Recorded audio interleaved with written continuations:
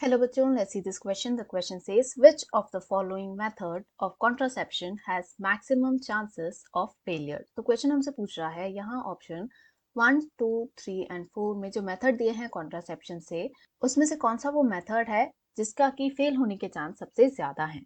तो क्वेश्चन के लिए जो हमारा की कॉन्सेप्ट रहेगा, it is going to be methods of contraception, यानी कॉन्ट्रासेप्शन के क्या क्या तरीके हैं वो हम यहाँ पर देखेंगे। तो इसमें जो सबसे फर्स्ट हम देखने वाले हैं, it is the rhythm method. तो इस मेथड को एक और नेम दिया जाता है, दैट इज पीरियडिक एब्स्टिनेंस। तो इस मेथड में बेसिकली क्या करते हैं, हम मॉनिटर करते हैं the fertility cycle of the female counter part, यानी जो उसकी मेंस्ट्रुअल साइकिल है उसे मॉनिटर किया जाता है एंड उसमें से जो फर्टाइल पीरियड है उसे मार्क किया जाता है, यानी वो डेज जब प्रेगनेंसी होने के चांसेस सबसे हाई हैं। एंड इस दौरान कॉइटस को अवॉइड किया जाता है, यानी there will be no coitus done during this time. But इसका एक ड्रॉबैक है, वो ये है कि इसके जो फेल होने के चांसेस हैं वो बहुत ज्यादा हाई है। वाई? बिकॉज जो फर्टिलिटी साइकिल है ये वेरी करती है इन एवरी मंथ, तो जो फर्टिलिटी डेज हैं वो हम सही से मार्क नहीं कर सकते। इसके बाद जो नेक्स्ट हम देखेंगे, इट इज वैसेक्टोमी।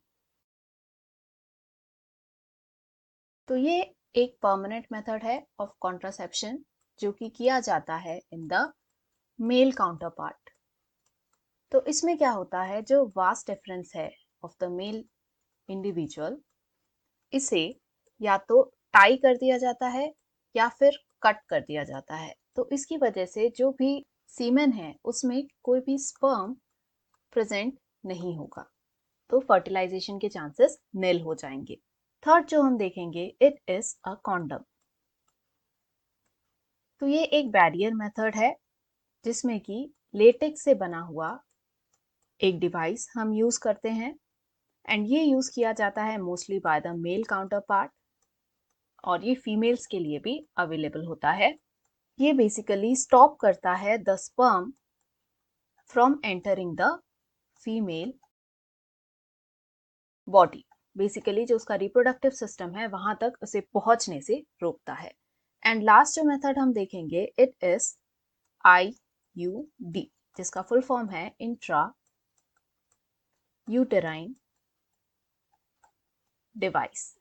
तो ये जो है एक डिवाइस है जिसे इंसर्ट किया जाता है inside the uterus of the female counter part, and ये या तो हार्मोन रिलीजिंग हो सकता है या फिर कॉपर रिलीजिंग हो सकता है।